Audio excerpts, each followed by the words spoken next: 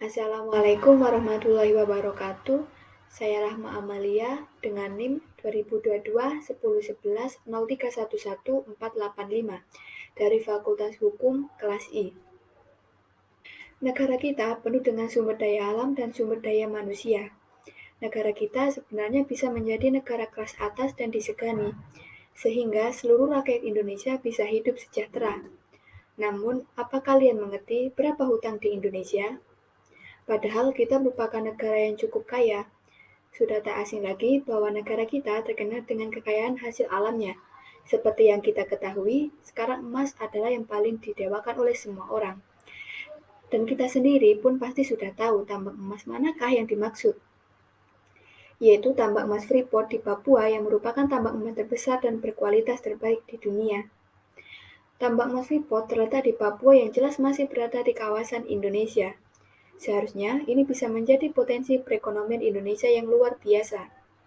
Namun, karena ada beberapa faktor yang menjanggal, Indonesia belum bisa memaksimalkan dan mencicipi buah manis dari kepemilikan tambang tersebut. Lalu, siapa yang mencicipi hasil tersebut? Tentunya bukan rakyat Indonesia.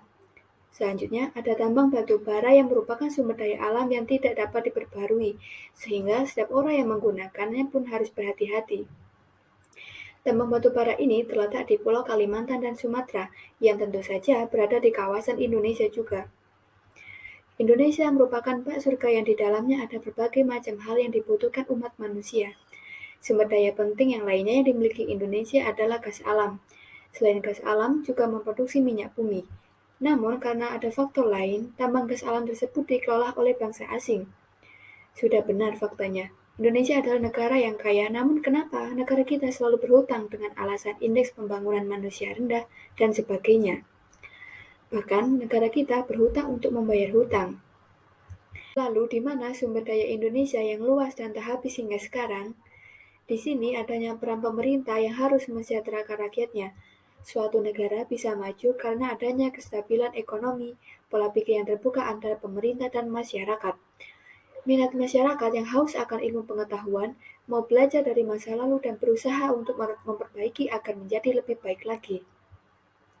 Walaupun setiap masyarakat memiliki prinsip dan pemikiran yang berbeda, tetapi masyarakat dan pemerintah harus memiliki tujuan yang sama, yaitu menciptakan sebuah peradaban untuk kesejahteraan bangsa dan negara.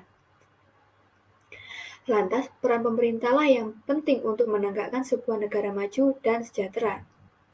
Mengapa demikian? Karena Indonesia sendiri adalah negara yang terkenal dengan penduduk terbesar keempat di dunia. Mobilitas kehidupan akan tercapai damai cita-citanya bila pemerintah mampu mensejahterakan rakyatnya. Selain damai, maka negara pun akan maju dan berkembang. Lalu, peran pemerintah apakah yang harus dijalankan agar rakyat Indonesia dapat sejahtera? Baik, kali ini ada Saudara Leli yang akan menjawab. Silahkan. Baik, di sini saya Leli Kristiani akan mencoba menjawab pertanyaan dari Saudari Amelia, yaitu peran apa saja yang dapat dilakukan atau dilaksanakan oleh pemerintah untuk memberikan kesejahteraan atau mensejahterakan masyarakatnya. Pertama-tama, pada dasarnya masyarakat yang sejahtera adalah kondisi paling ideal yang ada di dalam kehidupan bernegara. Menurut buku yang dipublis oleh Universitas Indonesia, masyarakat yang sejahtera adalah masyarakat yang secara utuh dapat menikmati kemakmuran, tidak miskin, tidak merasakan kelaparan, dan mengimplementasikan kesetaraan gender dan juga dapat merasakan fasilitas kesehatan secara merata. Selain itu, masyarakat yang sejahtera dapat juga ditandai dengan semakin berkurangnya penyakit menular atau berbahaya, hidup dalam kawasan lingkungan yang layak, ramah, serta hijau, dan memiliki mitra yang menjaga kelangsungan hidup dan merasakan fasilitas lingkungan perumahan yang sehat, juga mendapatkan pendidikan yang layak. Adapun peran yang dapat dilaksanakan atau dilakukan oleh pemerintah yaitu yang pertama, meningkatkan ketahanan budaya dan sosial masyarakat berdasarkan nilai luhur dan nilai budaya lokal Indonesia itu sendiri. Yang kedua, menata kehidupan masyarakat menjadi tertib, harmonis, aman, serta tertib hukum. Yang ketiga, mengembangkan kreativitas masyarakat di dalam memanfaatkan sumber daya alam yang ada. Keempat, menciptakan program untuk mewujudkan masyarakat yang sadar terhadap pola hidup sehat, kesehatan, gizi, dan kebersihan baik secara jasmani maupun secara rohani.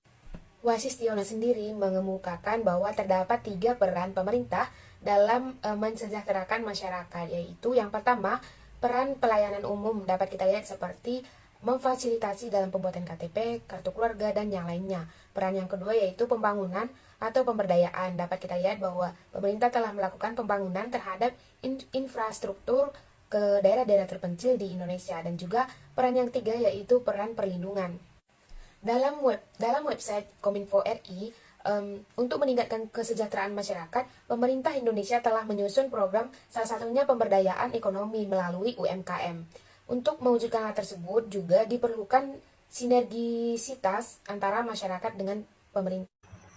Baik, terima kasih. Kesimpulannya adalah bahwa untuk mensejahterakan masyarakatnya dapat melalui beberapa upaya, yaitu meningkatkan ketahanan budaya dan sosial, menata kehidupan masyarakat menjadi tertib, mengembangkan kreativitas masyarakat, dan serta menciptakan program untuk masyarakat agar lebih maju dan sejahtera. Wassalamualaikum warahmatullahi wabarakatuh.